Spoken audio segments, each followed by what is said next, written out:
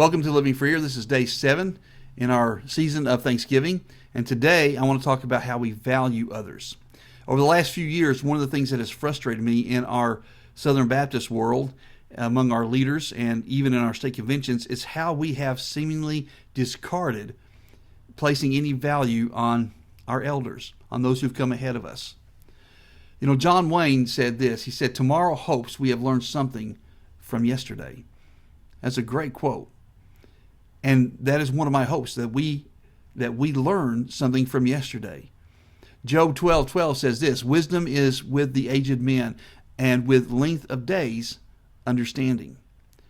There is value in those that have experience and who have developed wisdom. A value that we don't seem to appreciate because we don't value people according to the standards that God has put in place. Now, I'm not talking about just valuing our older people, though that's what has made me think about this, because they're the ones we throw under the bus. From the Southern Baptist Convention up on the dais, I've heard nothing but trashing of people who come before us, and most of the time unjustifiably. But we also see it in our churches. When I was a single minister, I used to get discarded pretty regular because I was single. And I saw ministers or chairman of search committees who'd come and say, "We know the Bible says it's better to be single, but," and as soon as they used the word "but," I knew their judgment was going to replace God's.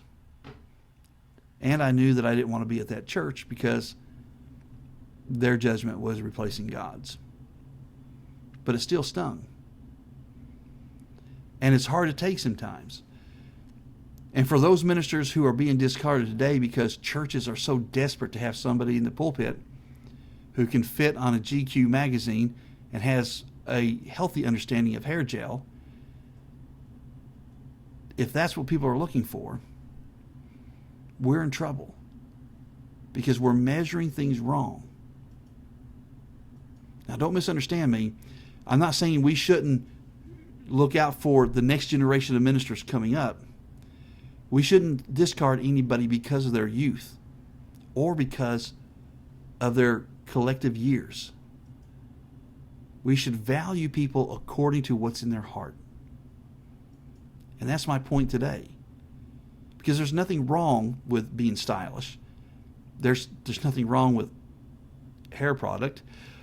There's nothing wrong with those things, but they should not be the measuring rod that we select ministers by. And when we become ministers, when we become pastors of churches, we do the same thing. We should not be selecting people for leadership or looking to minister to people based on what's on the outside. We should be looking to what God says we are commanded to do and what's in the heart of the person we're trying to minister to or with. 1 Samuel 16 really gives us insight to God's character and God's voice on this. When the people of Israel wanted a king, God said, "You don't need a king." And the people of Israel said, "Oh, we want a king." And so he says, "Okay, but you're going to hate having a king." And they did hate having a king because Saul was a terrible king. But it had gotten to the point now where God was saying, "I'm going to anoint somebody new." And he sent Samuel to a man named Jesse. And Jesse had a bunch of sons. And he says one of his sons are going to become the next king. And so when he comes there, they complete some sacraments to purify themselves, and they start meeting about this. And as Jesse brings one son after another in front of Samuel, God says, "That's not him. That's not him. That's not him." And then finally, it turned out to be the youngest son, the least likely son, who is working as a shepherd in the fields. And that turned out to be David. But here's what God said. When the first son came up, he comes up to Samuel, and Samuel says, "It's him." And God says, "No." And here's what God said in verse 7 of verse 16. "But the Lord said to Samuel, 'Do not look at his appearance or at his physical stature, because I have refused him. For the Lord does not see as man sees. For man looks at the outward appearance, but the Lord looks at the heart. The Lord looks at the heart. You know, if the Lord looks at the heart, why shouldn't we?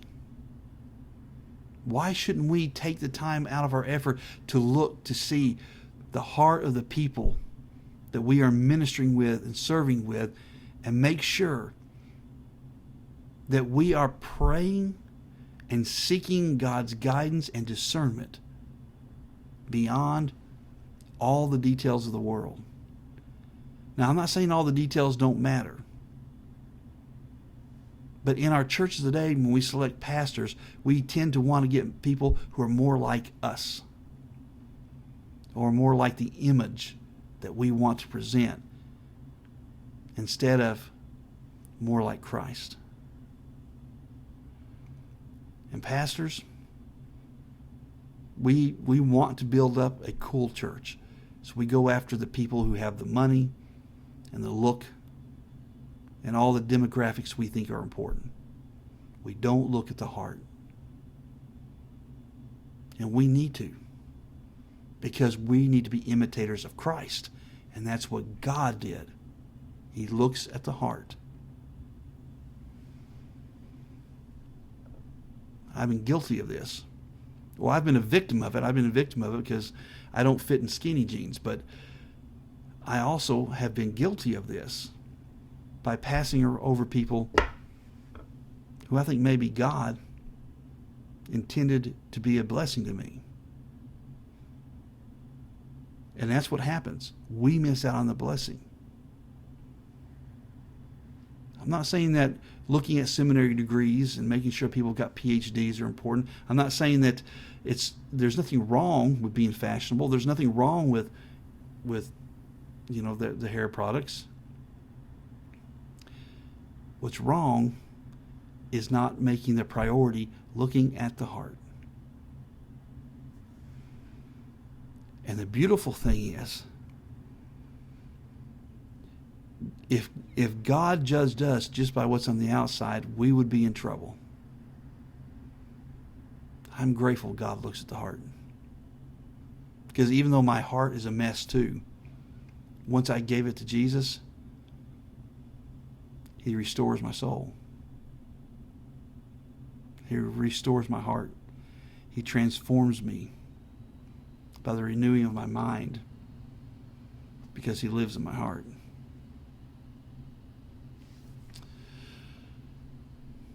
God looks at the heart. Do you look at the heart? Today, I am thankful. I am thankful. I'm grateful. I'm overwhelmingly thankful that God looks at the heart. And that's the devotion today.